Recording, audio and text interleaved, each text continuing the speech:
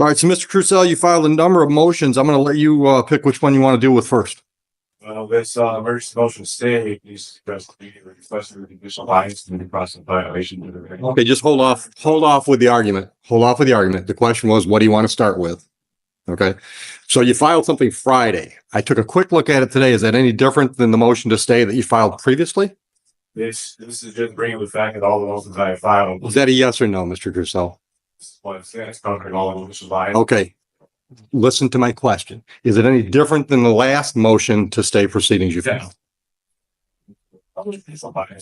Okay, just give me what you've added since the last one, because this one I haven't had a chance to read fully.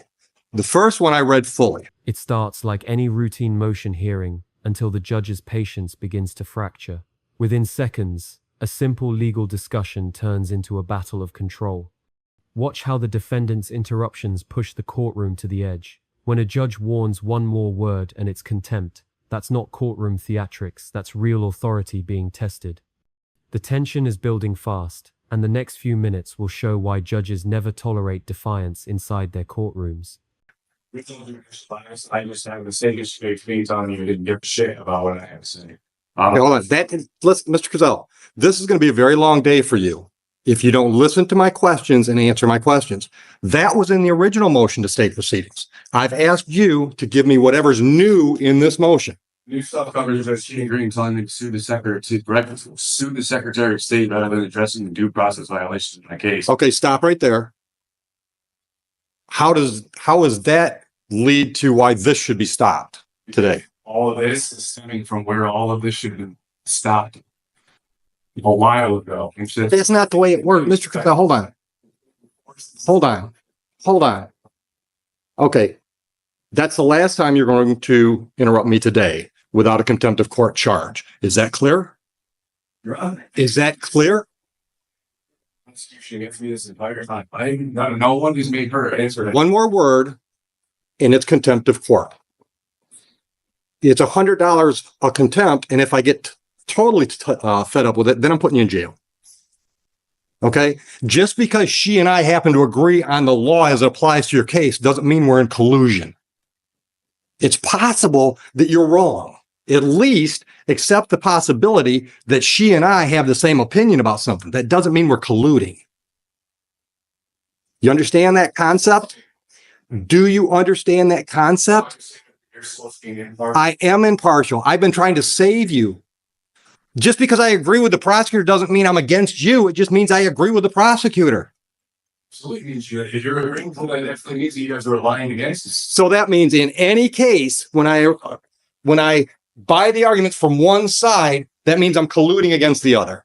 You're agreeing. Yes or no, Mr. Crucell? No, you have to answer my question. Contempt number one, $100. This is where everything flips. The defendant refuses to answer a direct question, and the judge starts racking up contempt fines like a metronome. $100, $200, the clock is ticking.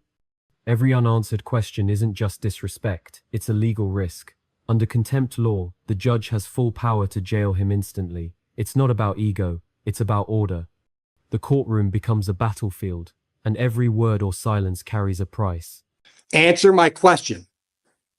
Every time I rule in favor of one side, does that mean I'm colluding against the other? Yes or no? $200. Yes or no? Because I can do this all damn day. And when I get tired of this game, then I tell them to put you in custody because it's contempt of court, criminal contempt in my view. Yes. It is. All right. So now, any argument you make from there, I'm going to deny because that's an unreasonable position you're taking.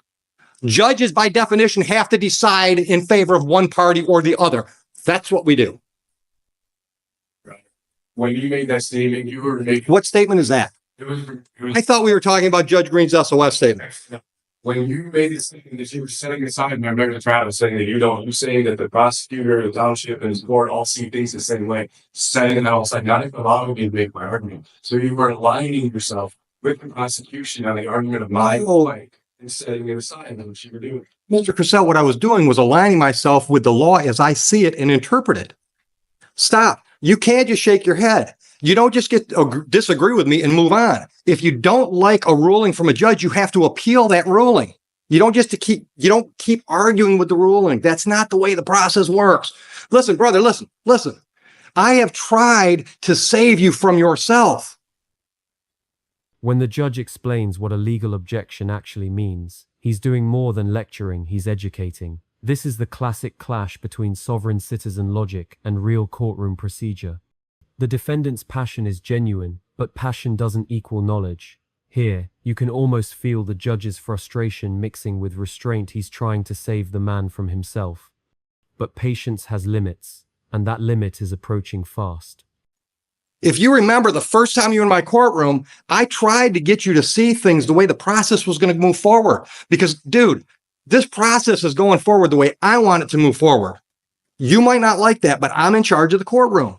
And at the end of the day, if you don't like anything I do, you can appeal me. That's why they have circuit courts. But I'm not going to let you make this a dog and pony show, especially when we've got jurors here. Dog and pony show. This court has failed to let me make any of my statements, any of my cases. You even were trying to threaten me with contempt. Anytime I tried to... I am threatening you with contempt.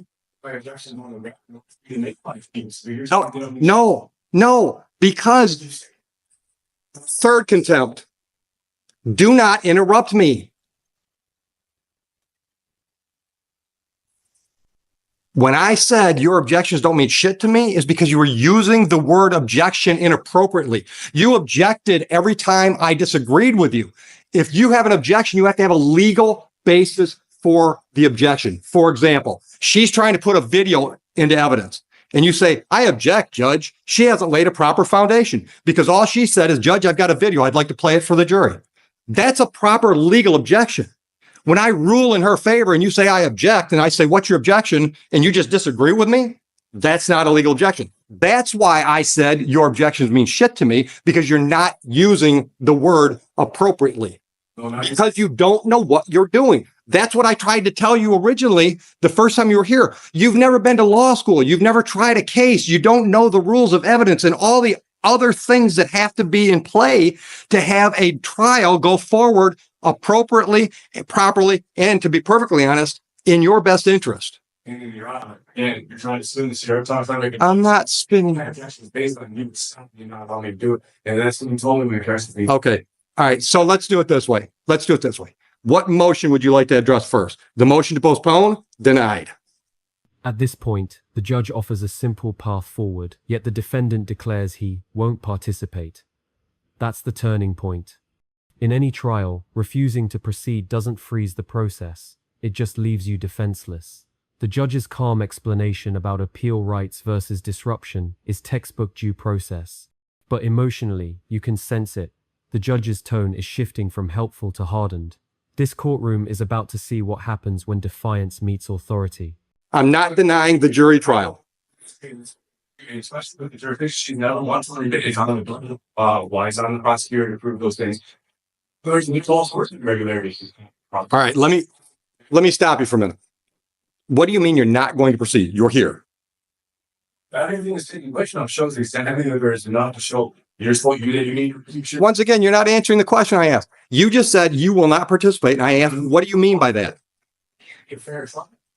I'm not asking you to explain your reasoning. I want to know, what does that mean? I'm not going to proceed with this. You're here. So when I impanel the jury, what? You're just going to sit there and not going to talk? What does it mean when you say you're not going to participate? Go through until these things get addressed. All of my issues that have been ignored this entire time, especially excluding people. Once again, if and I deny it, it's been addressed. You might not like the way it's been addressed, but then you have to appeal it. That's the point of getting all my objections. All right, what's your objection? What's your objection to me denying your motion to postpone this trial at the last minute? Like put on record, and then whatever you would like to do from there, you can, because I don't until these things. Like I say, hold on. Is this statement preceding all these motions you filed? Okay, then let me make my ruling on all of them. I think there's a motion to dismiss for lack of jurisdiction, correct? Okay. Would you like to respond to that one? Because I think that's already been addressed.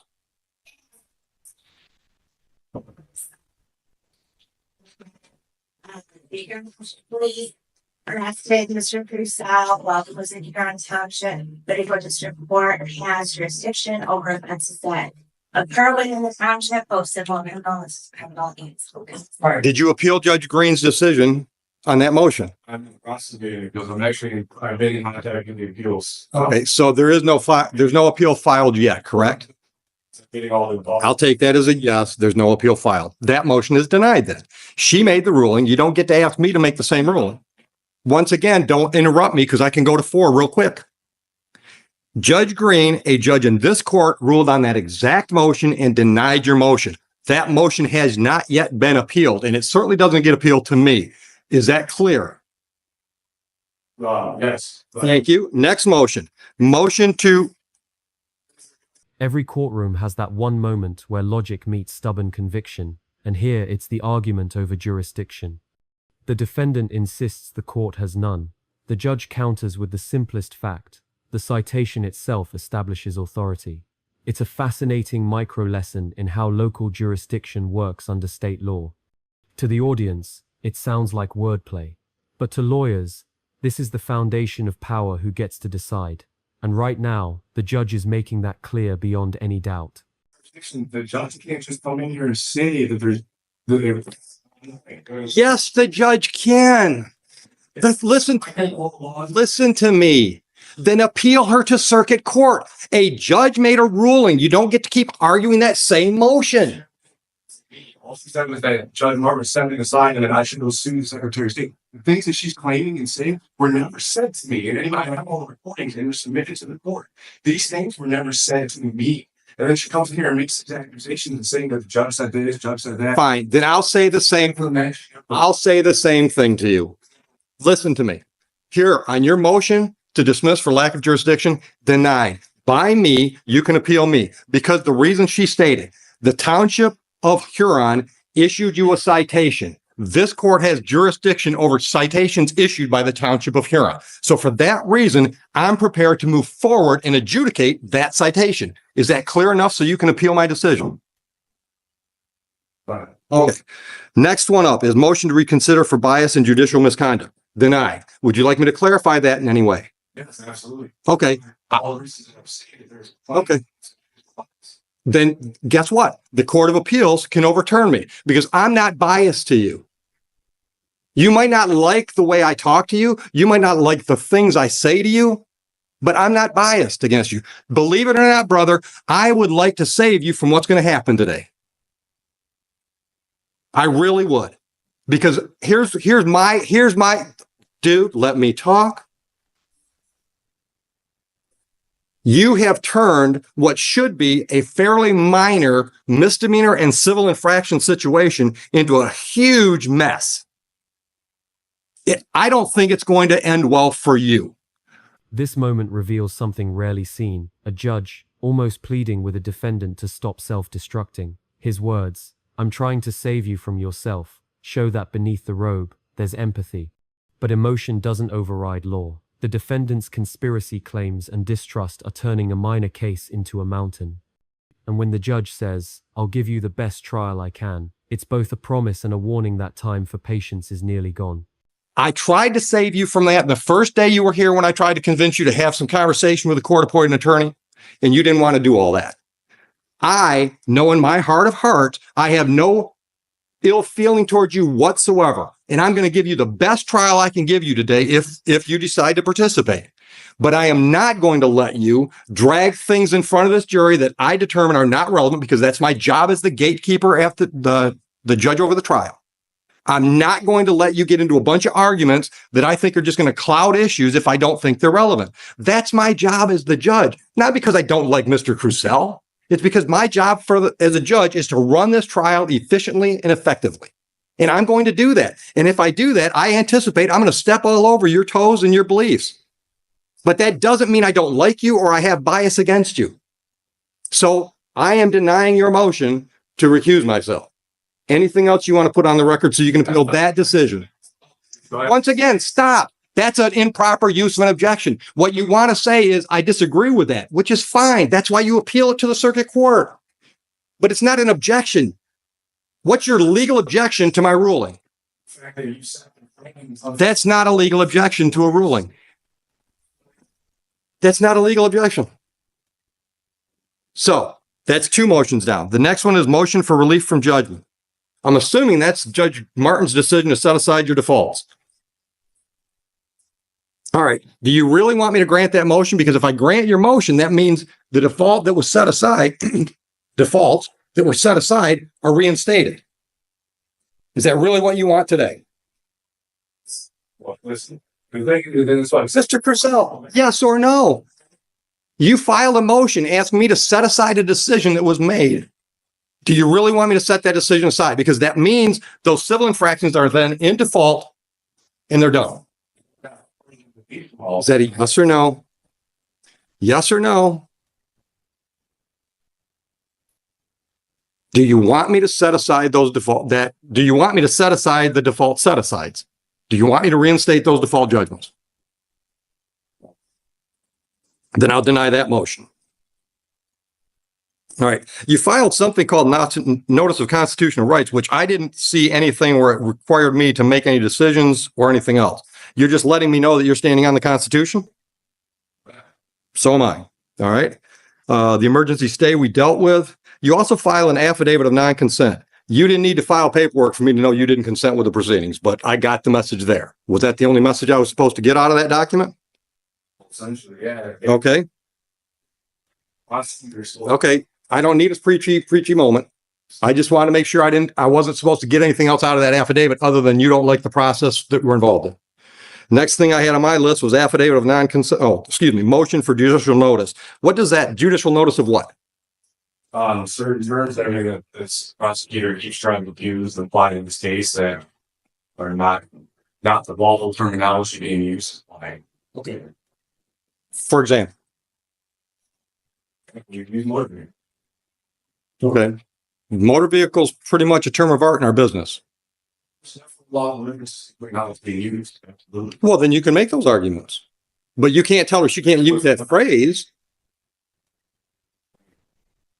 Yeah, but I'm not the trier of fact. So if you want to make an argument to the jury that her use of the term motor vehicle is improper, you can make that argument. Is that what you're concerned about? Is you're not going to be able to make the argument? Yes. Get what stuff on the record?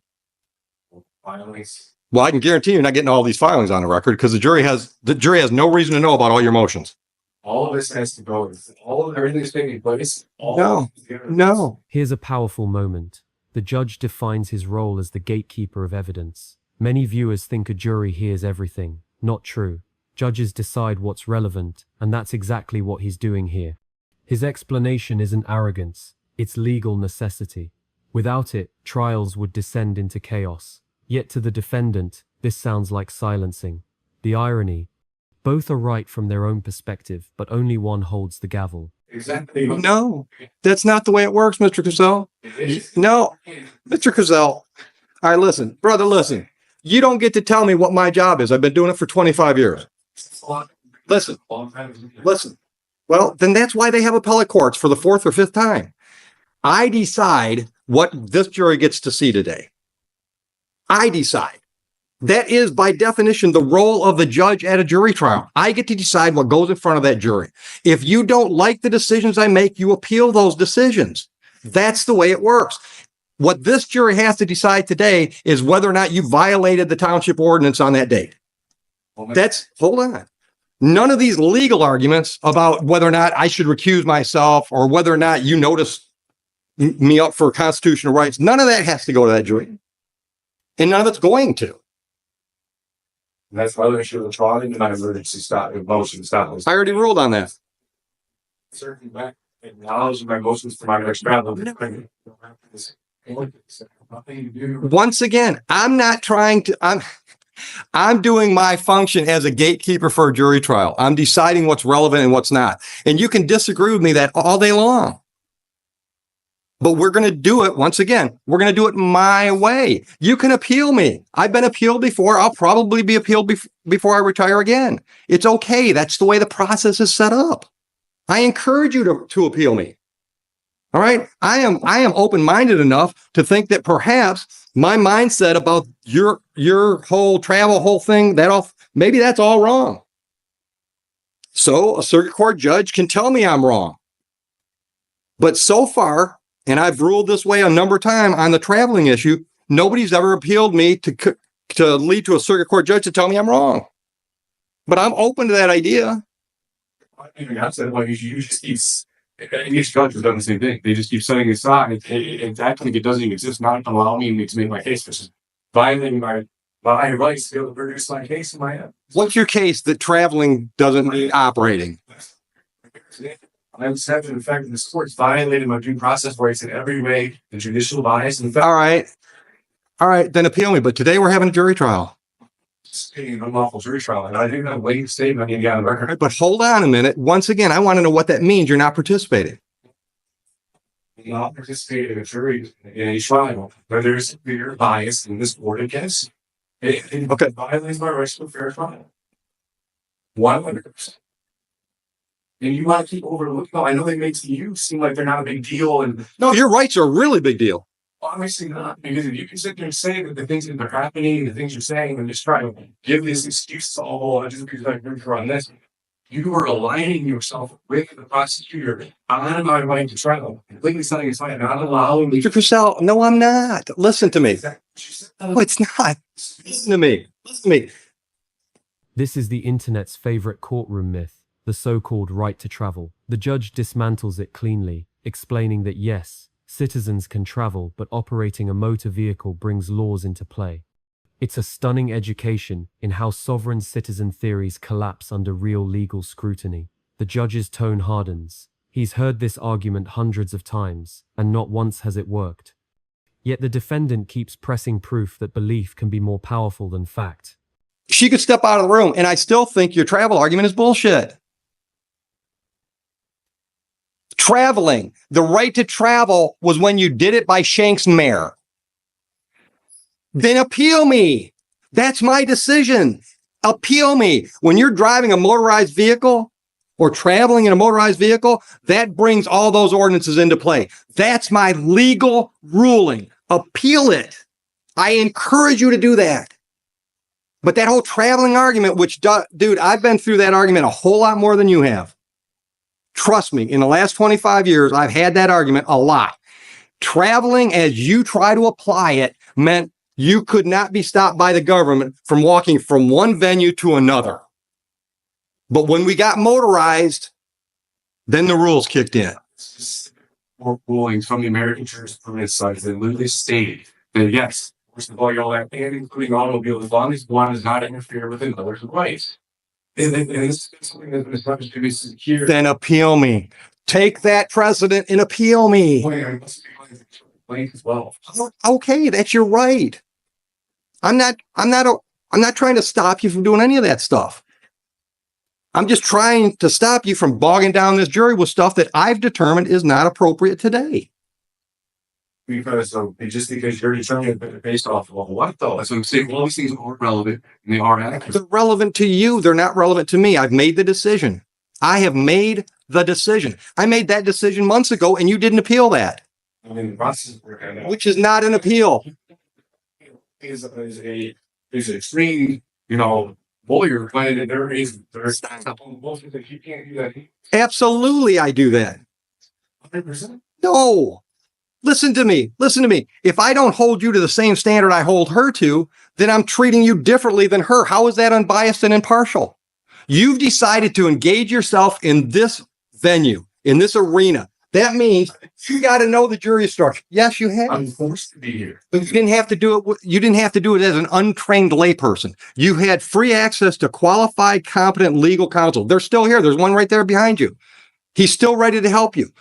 The judge lays it out plain. You chose to represent yourself. Now you're held to the same standard as an attorney. This is one of the most misunderstood realities in court. Self-representation isn't leniency, it's responsibility. Watching this exchange, you can feel both sides' frustration, one bound by procedure, the other driven by emotion.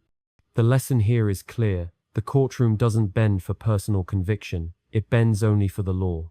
You chose to do this yourself. That means you've got to know the court rules. You've got to know the statutes and the ordinances. You've got to know the rules of evidence. And if I help you through those lapses in your knowledge base, that's not fair to the prosecutor. Then I'm taking sides. And now I'm not going to let her walk all over you and try to trick you because you don't know some of those rules and statutes. But I am absolutely going to require you to know what you're doing because you've chosen to do it. That doesn't show bias. That shows impartiality. There's no partial anything. I have the Once again, Mr. Crusoe, that's your opinion. No, it's your interpretation of the facts. So you have to appeal my decisions. And look, dude, the fact that you're not in a jail cell right now shows how impartial I am. when Officer Price literally pulled up to meet my wife in a case before any of this even happened and talked to us about the drunk and traveling. Even told me I was well within my rights. Gave me every clarification that I was well within my lawful rights. This was all a retaliatory thing from the beginning. And then even when the chief called me, he even called me trying to over me. And I said, well, it's not over me. And then he goes towards the motor vehicle. And then he tries to get me to not pursue legal matters. And then he's mad at me. And then the day that I filed for my body cam, I'm getting removed from here on a Little League. And stop. Hold on. I don't doubt that it is. But I think we got into this a little bit the first time you were here. And I told you, that's not proper for this venue. If you want to complain about the way the Huron Township Police Department handled this, you can file a civil lawsuit against them if you want to. But what's in front of me is one civil infraction and 2 misdemeanors. That's what's in front of me. Oh, and every time I force it to make my case, the court just keeps setting all my stuff and not allowing me to do it. Because I'm going to make decisions based on the facts. That jury hopefully is going to make decisions based on the facts that are presented. How would there be facts in this court continues to not allow me to get my facts? Because the facts you want to get into, what facts do you want to get into? The chief had some conversation with you? It's not even just that. I mean, well, yeah, regardless, I have all of that to cover too. The fact that my offense, based off what I was doing, I didn't have to produce any of that. It just keeps all just thrown aside. Every single and just not even trying to acknowledge any of it. So hold on. I don't understand. Hold on. You want to be able to testify to this jury? No, it's not. I just find it. That's what I'm saying. It's the amount of traditional bias in this case. I'm done hearing about bias. You need to appeal me. I don't feel I have bias. Well, I don't feel that I don't have a fair trial here with everything that's continuous why I file policy. Why I didn't be. And I've denied all these things. Well, of course you can deny it again. Show them again. Then this. Once again, Mr. Crusoe, just because I disagree with you doesn't mean I'm biased against you. Maybe I just think you're wrong. Is it possible we could have a difference of opinion? Tina Green told me that she was just bad and housing myself because the Secretary of State will make sure that this isn't a big deal. I'm showing. I'm not going to. It's so impartial. I've never brought a Secretary of State, have I? So in fact, this is where this all stems from. These are the things I've been trying to get noticed. This thing talked about. What do you want getting noticed that we're not getting noticed? It is not collusion. What? All right, listen. What are you going to do today? Because I'm ready to bring the jury, and I've denied all. Stop! I've denied all your motions. I'm ready to set the trial. Are you not going to be here? It's not again. Your Honor, hasn't established nothing is even 48 years, right? And is especially regarding the jurisdiction stuff. Once again, we're at $300 now. We're going to 4. I'm going to ask you the question again. I'm ready to call the jury. Are you going to leave? There's no way they're going to trial here. That didn't answer my question. I need to know how I'm going to proceed because we can have the trial if you just sit there. I'll just tell the jury you've decided to represent yourself and you might not say anything today.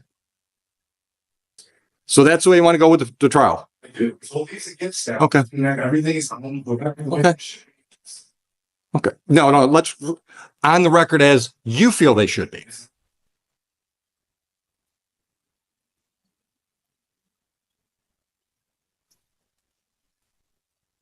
I brought the sites that I left the sites at home and bring up the person's jurisdiction. And hold on. Once again, I want to because he just walked in the room. Once again, I want to let you know there's a very competent, experienced legal attorney here, defense attorney here, that's more than willing to help you with this if you want his help.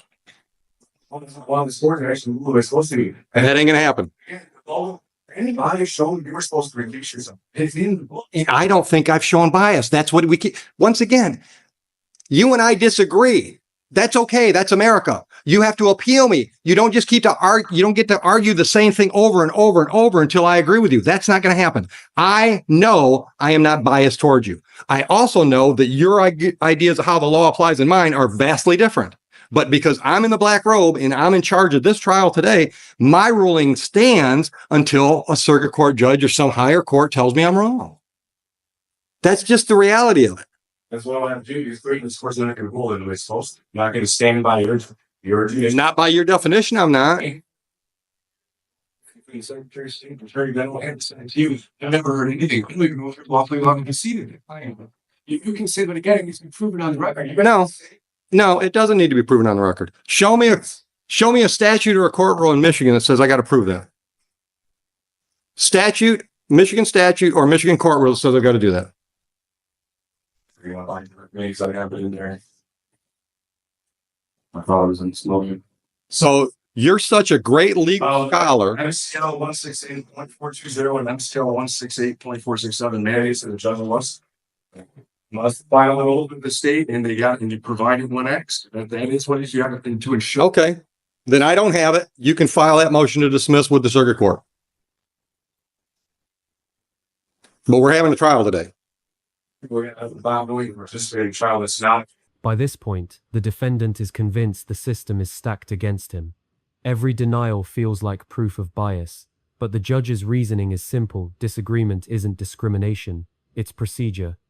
This scene captures the emotional heart of courtroom conflict, perception versus process.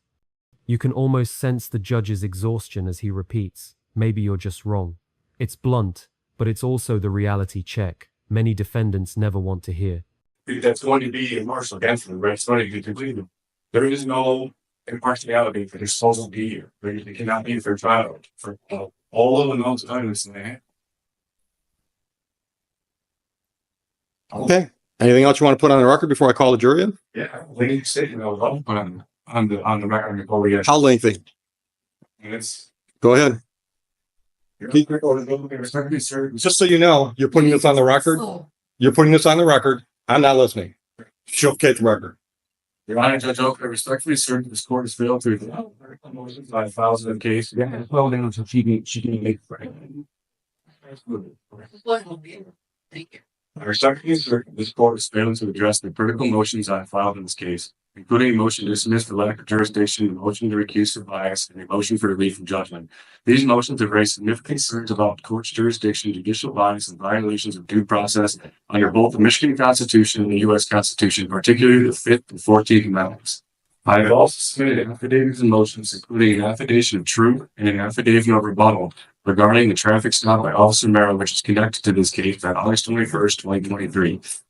Citation number 24HR10143, which is court also numbered. These documents directly challenge the jurisdiction of the state in this court, and failure to address them constitute a violation of due process rights. Additionally, I have filed an affidavit of not consent, a motion for judicial notice, a motion for clarification of accuser, none of which have been acknowledged by the court. In Marbury v. Madison 5 U.S. 137, the U.S. Supreme Court clearly established that any law repugnant to the Constitution is void. I believe the acts or lack thereof of the court violate fundamental constitutional principles. In Murdoch v. Pennsylvania 319 U.S. 105, the court reaffirmed that no state may impose fees or penalties for exercising a constitutional right. And Thompson v. Smith 155 reinforced that the fundamental right to trial freely without undue interference. Additionally, Title V U.S.C. 556D, 557, and 706 require that any judicial or administrative proceeding be fair, free from bias, and based on factual evidence. I have serious concerns that this court has disregarded this evidence. I have serious concerns this court has disregarded its principles, given its pattern of dismissing my motions and statements made by Your Honor, who has stated on record that we see things the same way, referring to the prosecutor, township, state, and this court. This admission clearly demonstrates judicial bias and lack of impartiality, which undermines the fairness of these proceedings. It is also significant that Judge Tina Green has admitted in court that the Secretary of State is influencing the rulings, stating that the court is required to enforce certain rulings because the Secretary of State makes them do so. This further demonstrates that this court is not acting as an impartial judicial body, but is enforcing motor vehicle codes, other rulings based on external directives rather than applying the law independently. The Secretary of State is an executive branch agency and his influence over judicial proceedings is a violation of the separation of powers and the constitutional right to an independent, fair trial. Furthermore, there is clear evidence of collusion between sport, prosecutor, Huron Township, including the Huron Township Police Department. I have submitted body cam footage highlighting the violation of department policies by several officers, including Officer Miller, Officer Sly, Officer Smith, and Chief Everett Robbins. These violations occurred even after Sergeant Price confirmed that my activities were lawful, yet this court continues to overlook these crucial facts. Officer Merrick's traffic stops of both myself and my wife are connected to the ongoing retaliation against me and my family, which has compounded the bias and misconduct in this case. Additionally, I request your Honor's oath of office through an affidavit of fact, registration statement, demand request pursuant to the Foreign Agent Registration Act 1938, and anti-bribery statement request, and I have received no response. This lack of response raises further questions about the legitimacy and legal standing of this court. Moreover, Judge Lisa Martin issued an unsigned default order without jurisdiction or court seal, and during court proceedings, she admitted she did not understand the suit jurisdiction. These actions reflect further incompetence and violations of due process. I must also address the township's deliberate attempt to mislabel my private automobile as an off-road vehicle under local ordinance to circumvent my constitutional right to travel. This mislabeling is an attempt to subject me to commercial regulations that do not apply to private, non-commercial travel. This ORV ordinance was never intended for law public roads. Under the Federal Trust Code, United States 318 U.S. 363, when government entities operate in commercial capacity, they lose sovereign immunity and are subject to the same legal standards as private corporations. The court's actions, including the misapplication of commercial motor vehicle codes, further demonstrate its commercial interest in misinterpretation of law. The Supremacy Clause of the U.S. Constitution, Article 6, Paragraph 2, mandates that this court is bound by the Constitution, which is the supreme law of the land. This court, however, continues to proceed without regard for constitutional protections, violating my rights at every stage of these proceedings. To continue under these circumstances would be a violation of constitutional laws and an abuse of judicial power. I respectfully request the support issue rulings on the pending motions, including the jurisdictional challenge. They've immediately dismissed this case by citing overwhelming evidence of judicial misconduct, bias, and due process violations. So these issues remain ignored. I will seek immediate appellate relief, hold all the parties accountable, including Your Honor, Judge Martin, Judge Tina Green, Prosecutor David Margaret Foley, Officer Miro, Officer Sai, Officer Smith, Chief Everett Robbins, and the Huron Township Police Department. I further assert that if this court continues to proceed with the presumption that I engage in commerce, it must present evidence to substantiate its claim. Without such evidence, this court has no authority to enforce commercial motor vehicle codes or ORV ordinances, and any further actions would be unconstitutional and unlawful. All right, here to court case report, back in session. Bring the jurors in. Mr. Crucell, just so you understand the process, we're going to do voir dire. Did you have a chance to talk about the iPad? No. Hold on a minute, Joe. Yeah, I told him I would go over it. Okay. I understand that's your position, but I'm still going to explain things as they go. All right. I mean, I just want you to understand what's going on. So if you decide you want to jump in, you'll know where you're at. Understood? I'm not trying to talk you into participating. I'm just letting you know what's happening. I'm going to explain things as we go for you and them. You got that? I suppose I don't understand why I need to sit here and use my time for it. Because if you leave, I'm going to ask you a bench warrant and you're still going to have to deal with this down the road. At least this way, listen here. One of two things can happen today if we have the trial. Either they find you not guilty and you're done. Then you can file all your grievances and stuff, or they find you guilty and you're just filing one more appeal. Instead of wasting everyone's time. You've already wasted their time because they're all here. They're all here. Well, that's why I filed these things weeks ago. These things should have been addressed before this process even took place. There's a scheduling issue that takes place too. So But hold on. Hold on. Don't interrupt. You didn't appeal the last round of decision. You didn't appeal the decision you didn't like from Judge Martin. You didn't appeal the decision you didn't like from Judge Green, and you didn't appeal the decision you didn't like from me last time you were here.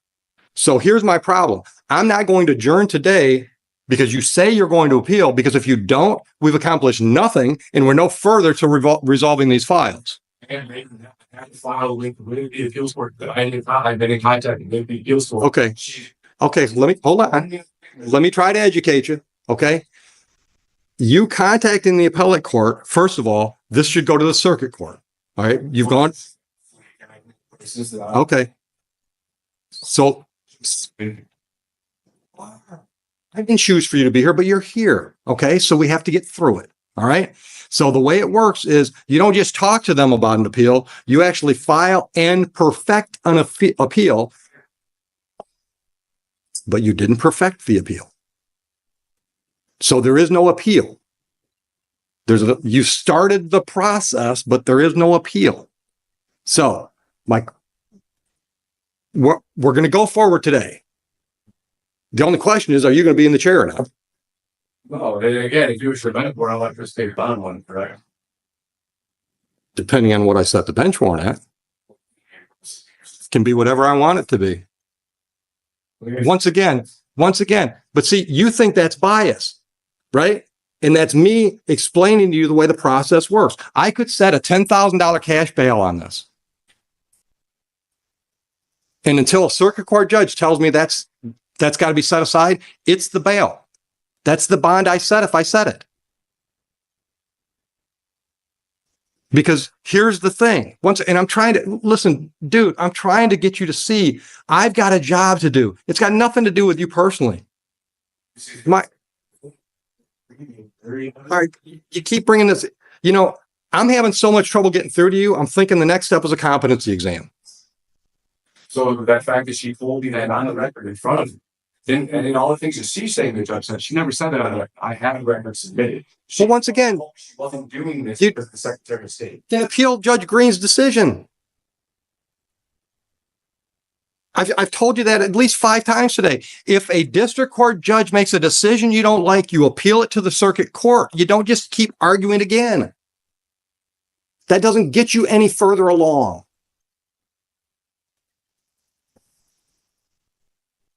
So if you don't participate today, if you just sit there, that's fine. We'll have a trial. You can jump in if you want to. You don't have to. I mean, in any criminal trial, the defendant doesn't have to do anything. But at each step of the game, I'm going to let you know what your options are. So for example, when we do voir dire, I'm going to ask questions of the prospective jurors. She's going to ask questions of the prospective jurors. You can ask if you want to. You don't have to. All right. When it's time to pick the jury, she has a certain number of challenges she can use. So do you. You don't have to exercise those challenges, but that's the way we pick the jury. Do you understand that process? Now the case takes a twist talk of redacted reports, missing notes, and withheld information. For the audience, this feels suspicious. For the judge, it's a civil issue, not criminal. This is a perfect example of how evidence relevance works. Not everything you think proves injustice actually belongs in a trial. Still, the frustration in the defendant's voice is real. He believes this missing data is his key to freedom, and in that belief, chaos brews once again. Marcus is up in trying to get all this stuff established with the courts and judges. And I still have evidence that I'm trying to get from the township that they're using lead codes for redact because they did with the policy information that I gave and got them to give me the policy because they were trying to mess things up. Okay, stop right there. Hold on. Stop right there. Stop right there. That's something new evidence you're waiting for. What are you waiting for? This is where I haven't got it to even get to. No. Tell me what it is. What evidence that I requested before is in the very beginning with my bottle camera. No. But what is it? You're looking for some records, some ordinances? What? Part of the tracks, comments, and things that were put in there. That Hold on. In where? In the comments. You don't have police reports? Well, I do, but I found out that they held certain documents that when I filed my FOIA, they didn't give to me. And then upon doing more filing for more stuff, I uncovered that they withheld certain documents. They were getting the whole thing. Hold on. Let me hear what you just say. Just hold on. Go ahead. Do you have any idea what he's talking about? He's bringing things from the side notes and You mean like the officer's personal notes? Had notes. and for example, body camera where they're sitting in their patrol car and the computer is on. those are all lien material that can't be discoverable. It can't be shared with people outside those that are have the security clearance to observe or handle lien material. So that's what he's referring to. Okay. That's not what I'm referring to. The notes on the computers and stuff, that's not what there's even stuff that was in the body cam that when they were talking with the chief that they purposely redacted out of the conversation to the notes that I remember that are completely all redacted. It's nothing to do with computers and has nothing to do with personal information and names or addresses. There were things that were stated in conversations that were taking place in these notes. Let me stop you. During the traffic stop? I don't know that they withheld this when they should have given to me in the very beginning with my FOIA for everything else involved in my training. So they didn't. Okay, hold on. I'm trying to clarify. Are you talking about like, how do I want to say this? Personal comments between two or more individuals? No, it's not horses boundness. It was stuff that's logged through the traffic stop. Like, No, stop. But I got to understand what you mean. Logged through the traffic stop. You mean it showed up on camera and then they edited the camera? yeah. Or edited the recording? Well, yeah, there was no clear reasons why. Every time I try to get reasons to why they didn't run its connection because they're supposed to label why it is. I think I can. And then it's in the comment sections of like what was going on. Hold on. Comments on the incident report? It's not the incident report. It was through the while the traffic stop was taking place, stuff that's being entered through like I can't remember exactly what the paperwork is I am. Like I said, I'm in the process of getting it all. I'm appealing to the supervisor and that and he vaguely gave just cited statutes and codes, but he was supposed to tell me how and why I didn't even see the applies to the lead sections, which are failing to do because All right, so hold on. So what I'm hearing, I want you to confirm whether or not I'm hearing it correctly. I think what you just said was those comments section things that you want, they're telling you that's all lien stuff and it's protected. yeah, I had other Hold on. Is that a yes? That's what they're telling you? essentially. Okay. So, and part of the site of the whole thing they forgot from that. They didn't do it in any of the other ones. Only Hold on. Other one what? all of the because they're in several books. Several times the cops came out of their house. I think we were told, well, this has been going on for all of years. Probably by incident. Okay. So I filed get all of every cop that had been there, all the reports, anything to do with anything that I could get that was access to me. And then that's how I found out that these other reports weren't released to me. And then in my life charts, they did the same thing. Everything to do with that entire traffic stop is all completely redacted. But yeah, any of the other stuff is all open. Redacted from The whole page is black. hold on. Redacted from the incident report? Yeah, from the incident. The paper report that you received. Yeah. Okay. And there was no justification involved for why any of these things are redacted. I keep trying to, and then how they did this policy. I tried to get the policy 3-7 times to the department, and then they cite these lien codes for names and addresses and stuff, which I understand there's certain stuff. What policy? The policy conduct for officer conduct and how the officer is supposed to operate themselves, right? So they denied several times stating saying these codes are trying to use all these connections now. So I appealed it to the township supervisor, and he released all of my information, and it showed that the policy showed that these officers violated the policy. And Okay, hold on. Stop. So he released everything, but not everything you want? well, then once I realized they were doing this, I went back to even more. That's how I found out there was more stuff that was under released to me. Okay. And then they're doing the same process using these lien codes to not let me see what was put in this hearing. And that's why it's all the American Titans. I've been trying and fighting all this full time trying to get this stuff together. And I'm getting every which way I'm being screwed.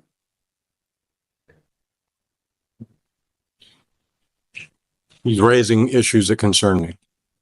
Because now we're talking about discovery requests that are being partially fulfilled.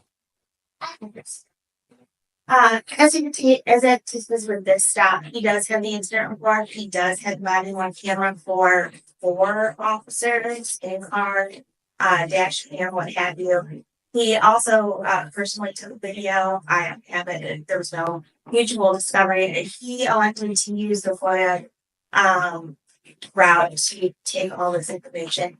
What he's referring to again is the CAD information where there is the material. None of that affects what the substance of the incident report or the body worn camera or anything of that effect.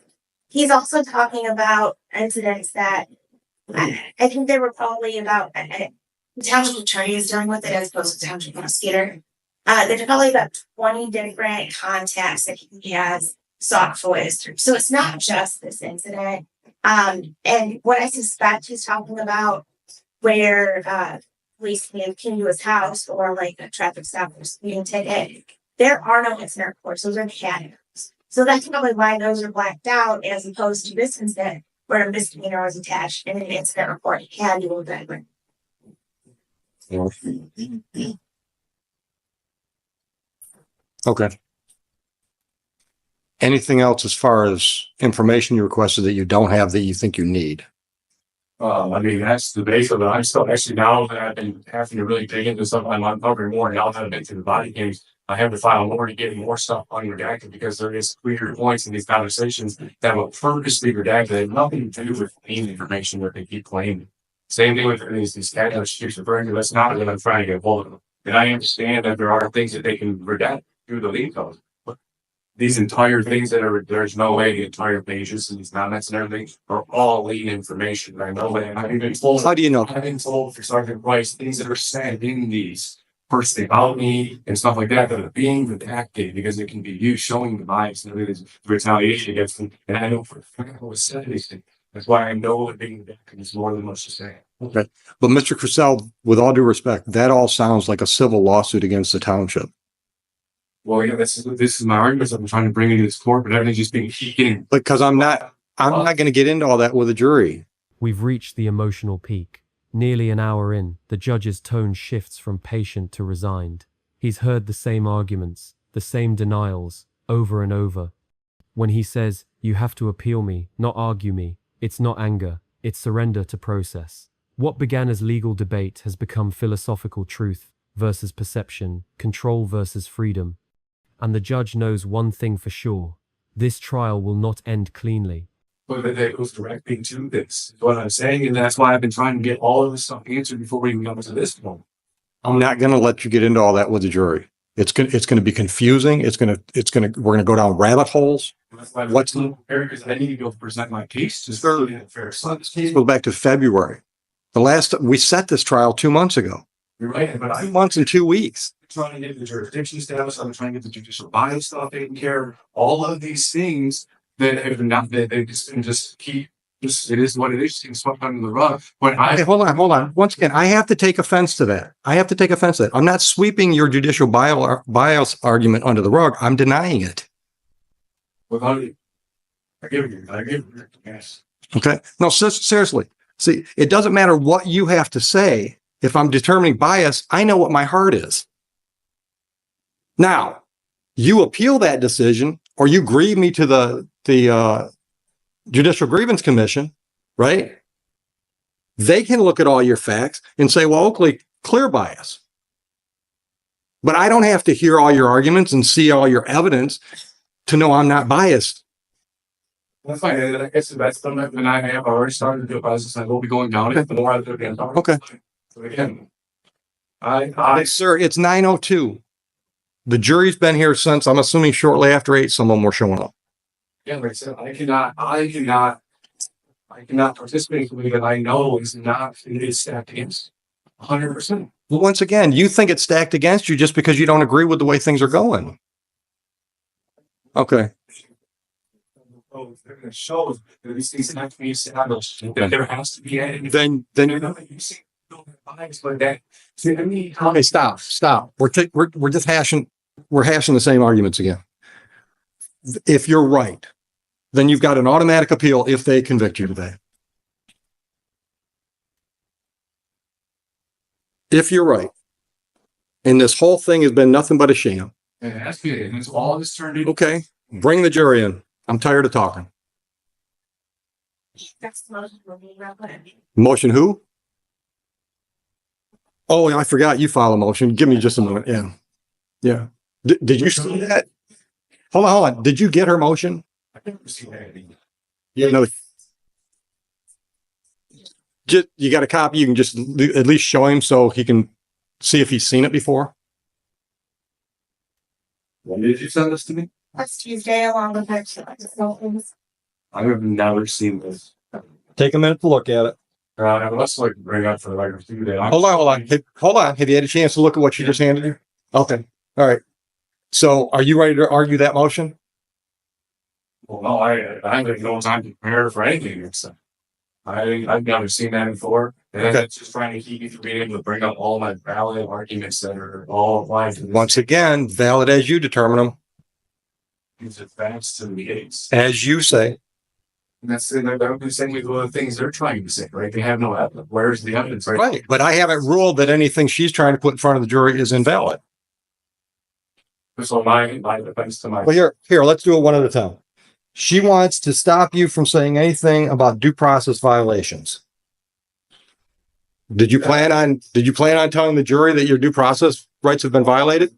all part of this case. Okay.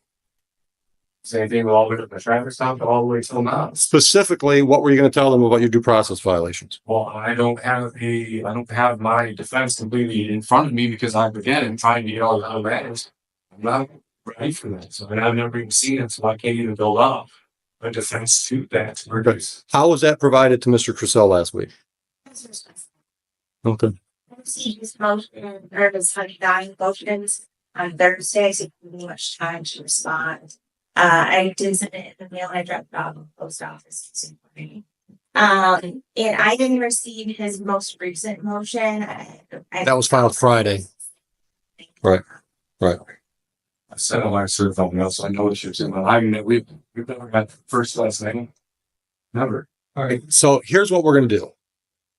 If you decide to participate and present any evidence to the jury today, then if any of these A through E's come up, we'll deal with those as a point on a point by point basis. Understood? Yeah. I'm not, sir, I'm telling you, you don't have to.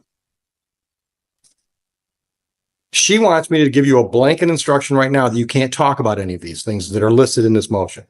I'm not going to do that. If you choose to present anything to the jury and one of these topics come up, she's going to stop me probably with an objection, say, Judge, could we talk about that? And then we'll talk about that. Item by item. Understood? All right. Anything else before we bring the jury in? You said you wanted to say something before the jury came in. I thought you said. Another point to this, I filed for records of Weston's court, trying to get all my court hearings and everything in orders. There's still one from the very first one from Judge Martin that is crucial to this case. They still have issues. How could it be crucial to the case today? These proceedings alone. I need to.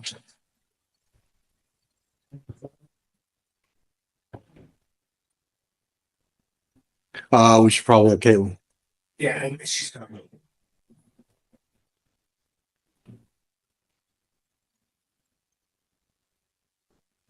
All right, back on the record with the People versus Crusoe. All right, Mr. Crusoe, I just want to put on the record the conversation that we had out in the hallway with Mr. Bowditch present.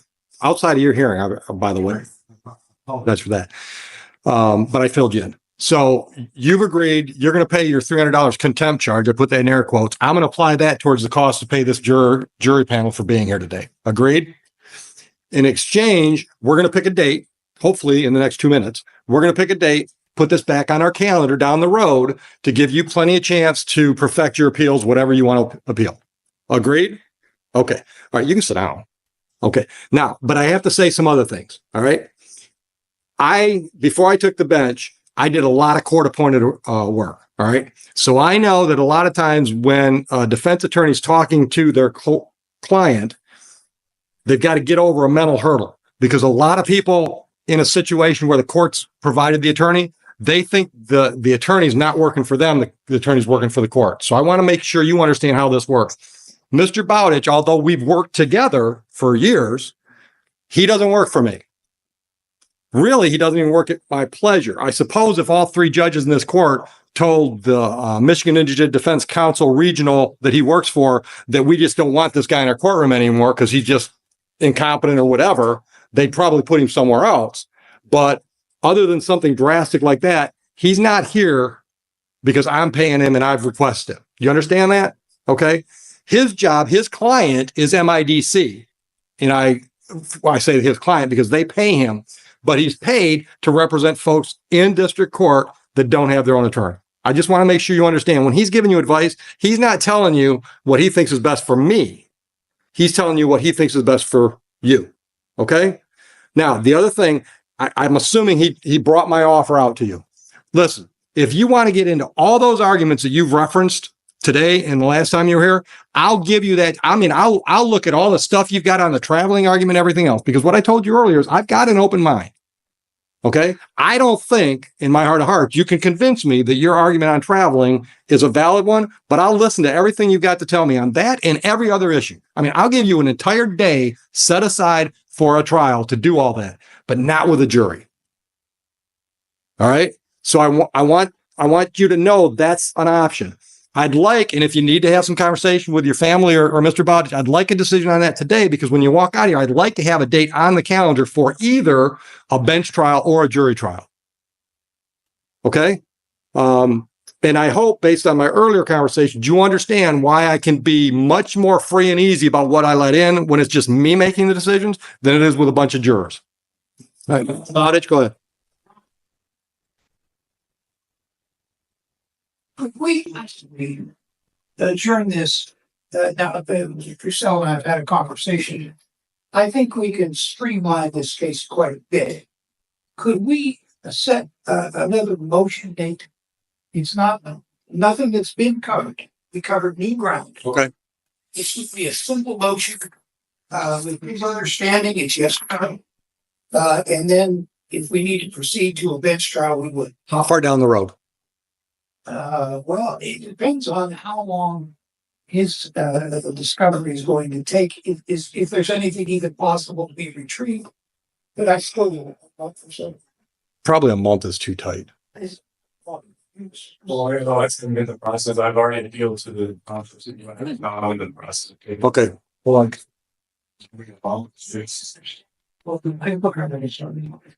I think so. October 21 is too tight, I think. October 21, I think, is too tight.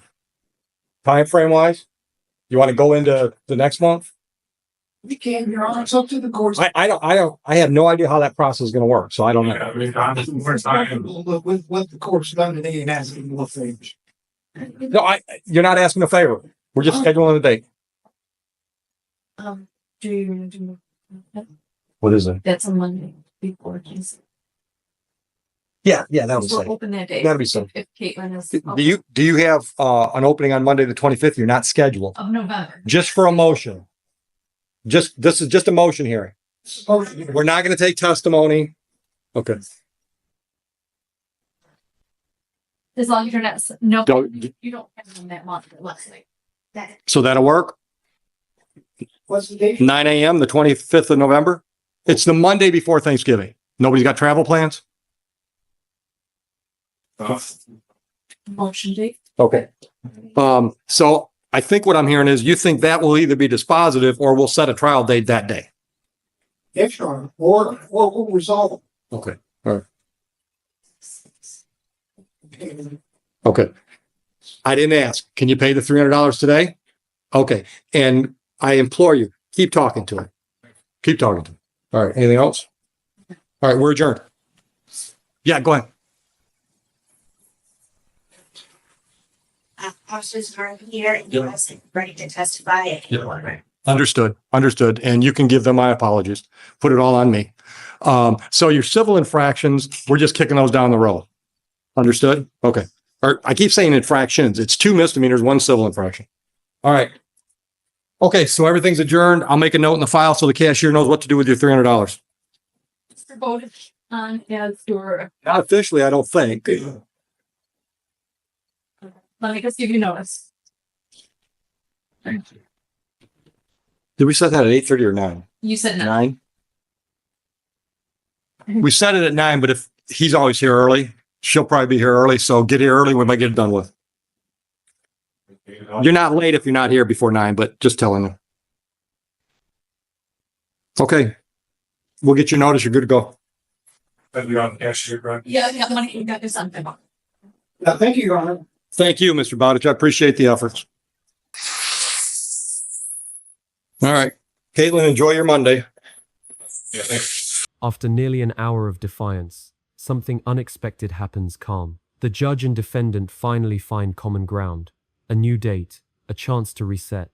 It's rare to see a courtroom go from chaos to clarity, but this ending proves why patience, even strained, still matters. One line sums it up: keep talking to your attorney. A small victory of reason over rebellion. If you found this case as gripping as we did, hit that like button, share your thoughts in the comments, and subscribe for more shocking real court breakdowns that reveal the drama and the law behind every gavel strike.